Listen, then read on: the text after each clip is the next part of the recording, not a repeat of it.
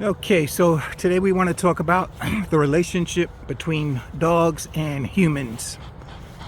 But we cannot talk about the relationship between dogs and humans without talking about the relationship between wolves and humans, because our dogs are wolves. And we know this because wolves and dogs can interbreed and produce puppies, right? We call them wolf hybrids. And we know that the scientific world says Canis lupus, the wolf, and Canis lupus familiaris, the dog. So Canis lupus familiaris, the domestic dog, is a type of wolf. So if that's true, then how do we get a wolf from a Shih Tzu? Somebody's got some explaining to do. And today it's going to be me. So believe it or not, the Shih Tzu has one of the highest percentages of wolf DNA than any other dog breed out there. I think it's either number 2 or 3 on the list. Like number 1 is the Siberian Husky. 2 is probably the Malamute, and I think the Shih Tzu was number 3.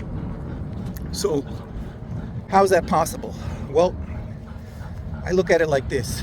The difference between the dog and the wolf is the same difference or similar to the difference between the brown bear and the polar bear.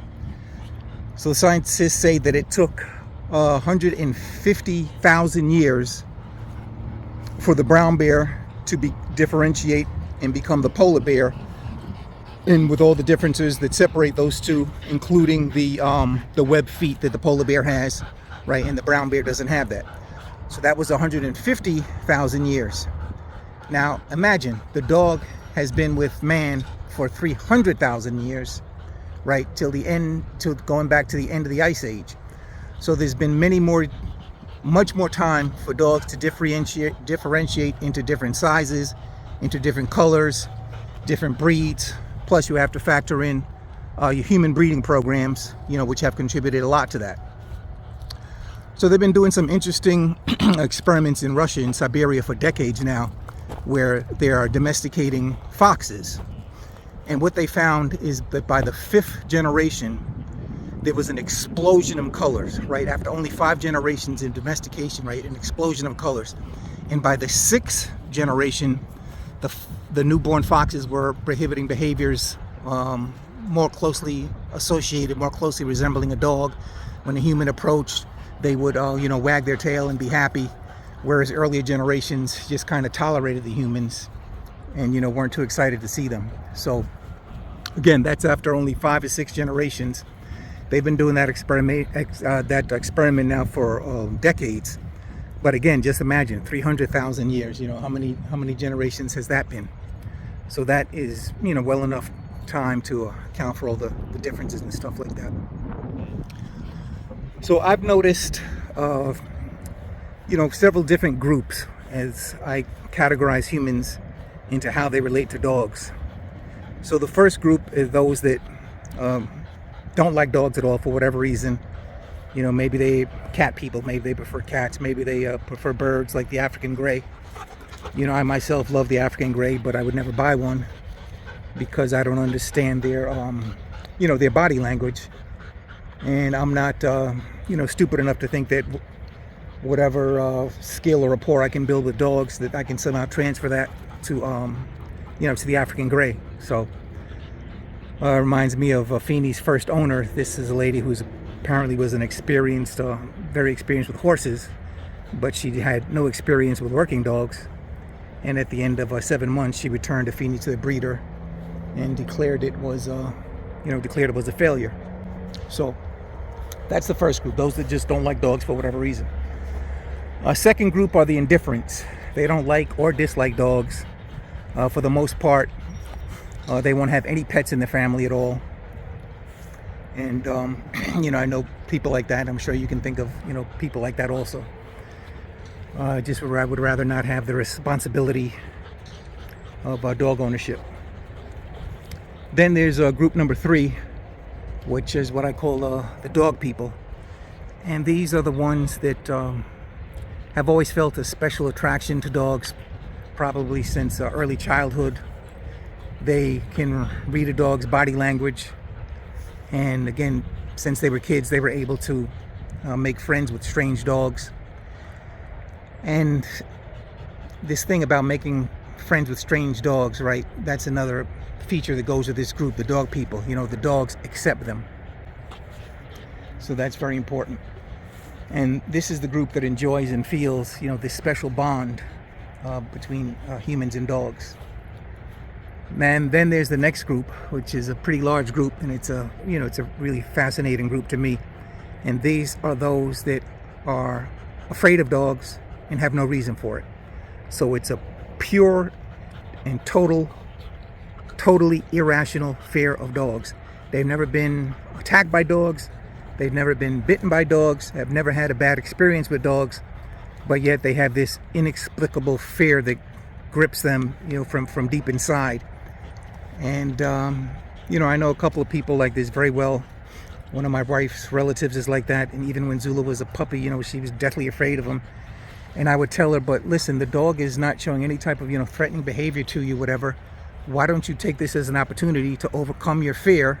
That way you're growing as a person and you're actually becoming a better human being. And she was like not having that, you know, totally irrational fear, you know, that paralyzed her. So my question is, like, where does this fear come from, and where does this bond come from for the people in the dog group? And I believe, you know, it's a throwback to our past somehow. So going back to the end of the Ice Age, 300,000 years ago, at that time we're talking about the relationship between man and wolf, right? Because there were no dogs back then. So life back then, as you can imagine, was, as they say, nasty, brutish, and short. Very brutal. Food was scarce, and you know, only the strong survived. So how did this? And back then, our relationship, you know, with wolves, it was antagonistic. You know, we would kill them on occasion, and if they caught a human alone, yeah, they would kill that human and they would eat them. And you know, much like the wolves of today, when they find a solitary human being, and you know, there's wolves that are out there hunting in a pack, yeah, they'll take down that human being and kill him. In fact, the stat on that is that in the past 15 years, there's been 26 fatal attacks of wolves on human beings.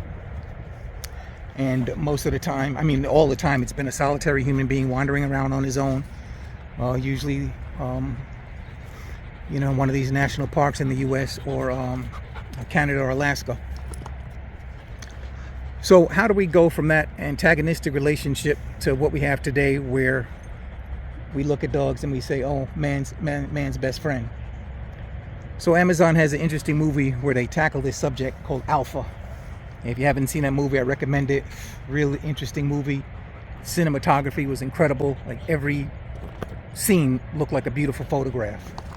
And they deal with this very same topic of how was an alliance formed between wolf and man back there, you know, toward the end of the Ice Age. So they give their interpretation of that, and I won't, you know, give you any spoilers on that right now. You can go watch that movie if you're so inclined. But I have a different take on how it happened, and I imagine that it happened with the children of that era coming across some orphaned wolves, some abandoned wolves. Maybe their parents had been killed off, and then the children start feeding the wolves. And then the parents came by, you know, sounding the alarm. Oh, that's dangerous, that's dangerous. And the kid would plead and say, no, don't kill them, I'll take care of them. And the reason, you know, I feel that that's the way it had to happen is because, like, this kind of happened in my own life with me and my brother, who's, you know, 1 year older than me. As we were growing up as kids, we were always, you know, bringing in stray dogs and, you know, tried to hide them. In the back of the house, we had a laundry room. We would put them in, feed them, and put them in the laundry room, try to hide them as long as we could till our parents came and, you know, made us give up the dogs. So I think that's how it happened. I don't think it would have happened, you know, with an adult forming that alliance, because the adult would have already been wired and conditioned to see the wolf as a threat. So some parent relented, or maybe again the kid kept the wolves, the puppies, hidden. until it was too late to return them to the wild or something like that. But regardless, as the wolf puppies grew, the human village recognized that they were outstanding hunters, which is something that was important during that time when food was scarce. So the wolves would lead the hunters, would lead the humans to the animal. The humans would kill the animal, and then share the meat with the wolves. So this is the way that I believe that the bond started. And as time went on, the bond got closer and closer until today. What we have are pets, man's best friend. So to go back to group 5 again, those that have this irrational fear of dogs, I want to know where this fear comes from. Where does this irrational fear arise? Where does it originate? It's such a deep-seated fear they can't even explain it themselves. I call it a primal fear. I believe we have to look back to our primal past to understand these people. I believe that somehow these people that are gripped by fear are unconsciously identifying with that epoch, that period of time that lasted thousands of years when humans and wolves were enemies. We occupied the same territory back then. We competed for the same food sources, and we would take each other out when presented with targets of opportunity. Now, how they're making this connection to our past, why they're identifying with that period of time, I don't know. I don't know if there's such a thing as ancestral memories. Is there such a thing as memories being collected and passed on at the cellular level, at the level of DNA? I don't know. But, these are, some of the crazy theories that I have racking my brain. So I'd love to read your thoughts on this subject. Leave a comment for me. Let me know what you think. So, what about my group, the dog people? I have the same question. Why do we feel this attraction to dogs? Why do we feel this bond? It is magical bond. It's really uh, spiritual. When I say spiritual, I don't mean religious in any way. I mean something that is non-physical, or I should say something that goes beyond the physical, but at the same time, it subsumes the physical. The bond between me and my dogs is amazing. They provide me hours of endless fascination. And yet you have someone like my father, who's a member of group 3, the indifference, who says, oh, it's just a dog. It's just a dog. I mean, that type of uh, difference in how we relate to dogs, I find it's just amazing. A lady asked me earlier this year, when did I first become interested in dogs? And I told her, with a straight face, when I was born. My family bought our first dog, Malamute, when I was 3 years old, and been around dogs ever since. So again, I'm thinking, is it a throwback to our past, to our primal past, during that time period when that bond between wolves and humans was first formed? That alliance was created. That alliance that guaranteed our mutual survival, and a bond that is proven strong enough to last thousands and thousands of years. I know, is this possible? So let me know what you think about that.